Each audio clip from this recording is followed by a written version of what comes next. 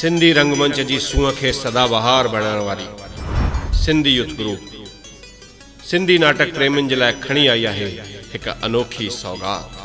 V टीवीअ जे banner हेठि पेश थी रहियो आहे हिकु दफ़ो वरी पब्लिक डिमांड ते full length Sindhi comedy drama माटेली ज़ाल।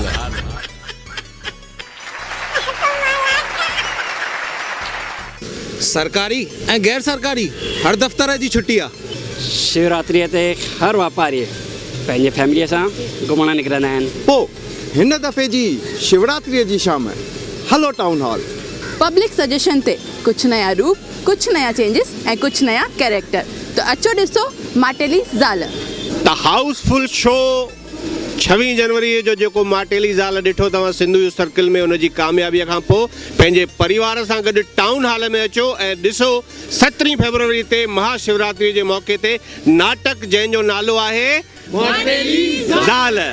उल्हासनगर जे रंगमंच जे इतिहास में पहिरियों दफ़ो नई तकनीक, रिकॉर्डेड डायलॉग्स ऐं लाइव परफॉर्मेंस सिंधी मज़ाक़ी नाटक माटेली ज़ाल।